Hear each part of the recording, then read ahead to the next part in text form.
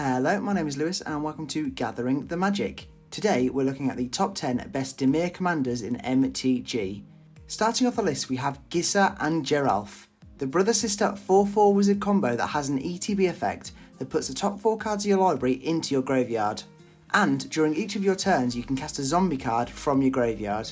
So for this deck we want to go to Zombie City, whacking all those zombies that beef up other zombies, drain others of life, make your opponents sack creatures and a whole lot more. And because this is something you can trigger every turn, why not throw in some of those lovely and definitely not annoying extra turns cards? Everybody loves a villain. And as you'll see many times with all of these Dimir commanders, this deck is pro-mill. Get all those milling cards from the get-go to get more zombies in there so you can just keep recurring those zombies and bite your opponents to victory. Yeah, it's pretty good. Before we get onto the number 9 spot, make sure to smash that like button and subscribe for all things MTG. It's completely free to do, it helps the channel, and for some reason I said I'd get a prickly Marmoset tattoo at 1,000. Oh dear. Next on the list we have Murko Vosk, Mind Drinker. Moving from zombies to vampires, a member of House Dimir, Murko is a 2/4 flyer that whenever he deals combat damage to a player, that player reveals cards until they reveal 4 lands, then puts all those cards into the graveyard. And yep, you got it, we're going to Mill City again.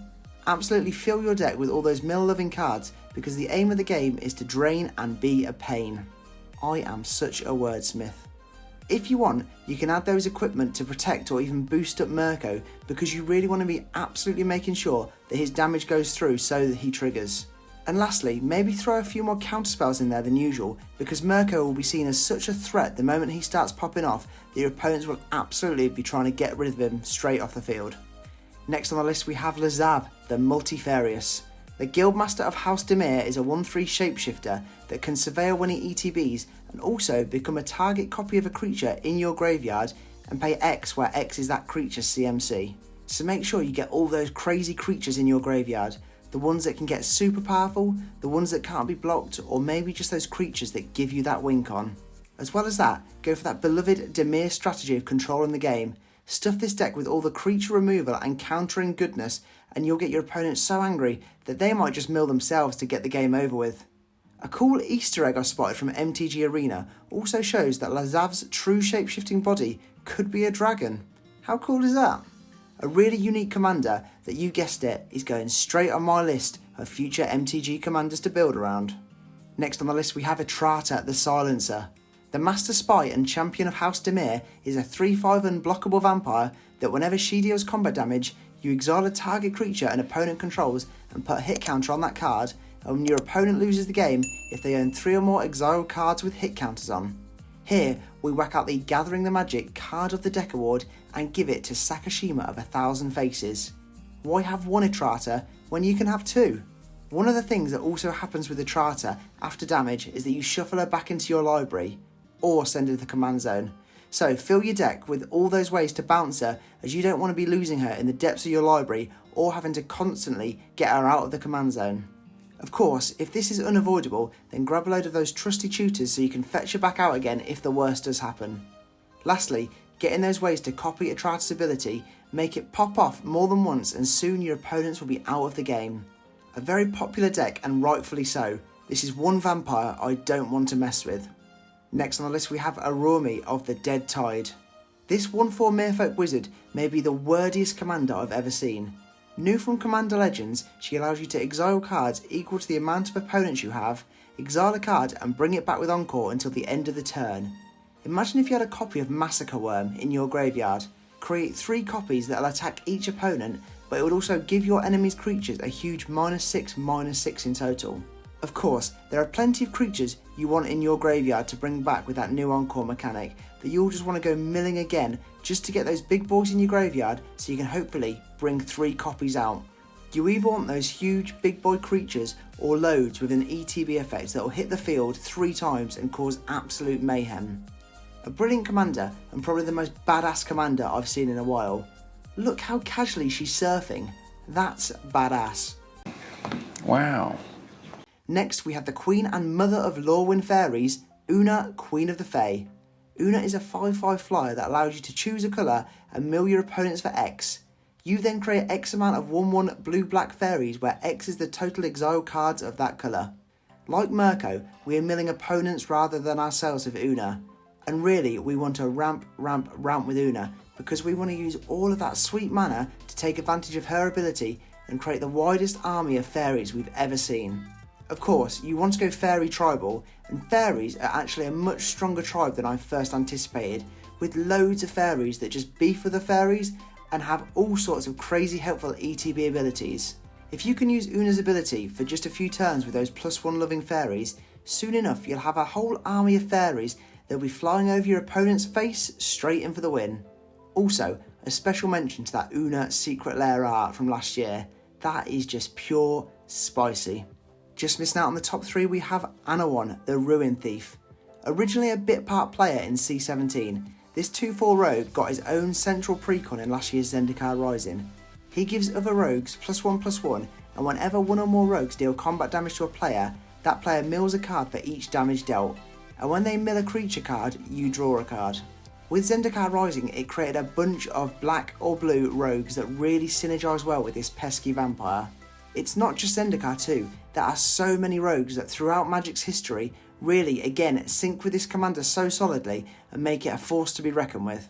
And as with most Dimir decks, getting all those counter and kill staples and really solidify your state on the board.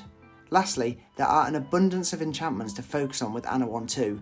Those that boost those rogues, some that mill your opponents, and plenty that will drain your opponents to death. A huge option for commander, and I can absolutely see why this vampire rogue is so popular. Coming in as the 3rd best Dimir commander we have Fenax, God of Destruction. We waited a while, but of course we have a god card on this list. Fenax is an indestructible 4/7 that gives creatures you control the ability to tap and mill X, where X is that creature's toughness. So with this deck you're going to stack super thick with those tough, heavy creatures. The walls, the plants, the crabs.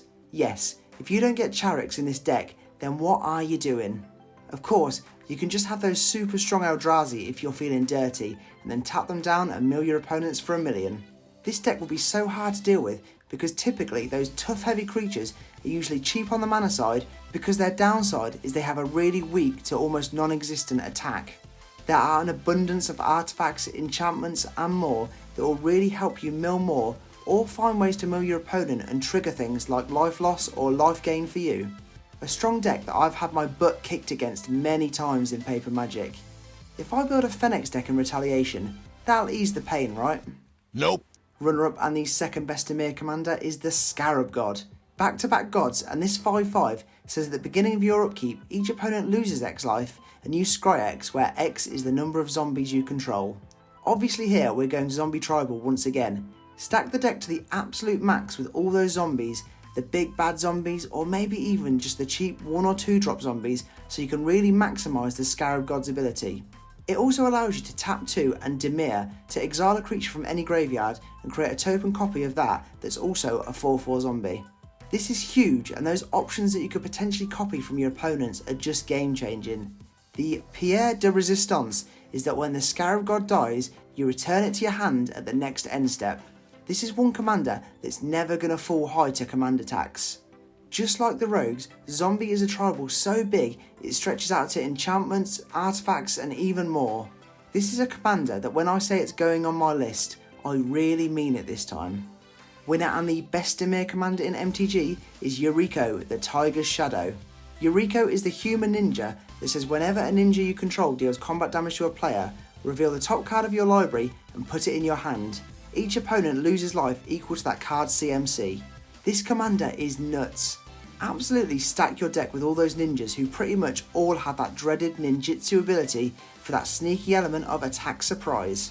You also want to fill your deck with those super high mana cards, because once Eureko triggers, you want to be drawing an 8 or 9 CMC card and hitting each opponent in the face for that 8 or 9.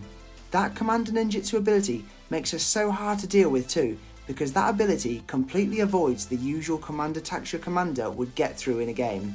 And if you want even more ninja realness, then add in all those sneaky changelings to get more triggers and finish a game quicker than you can say, 1,000 subs and I get a prickly Marmoset tattoo. This is another deck that one of my very good friends has pummeled me and our entire playgroup many a time. What a commander. There we have it. That is the list. Thank you for watching, and make sure to smash that like button and subscribe for all things MTG. Check out our link tree in the description for all our social media and affiliate links. For now though, I'm all tapped out, so I'll see you in the next video.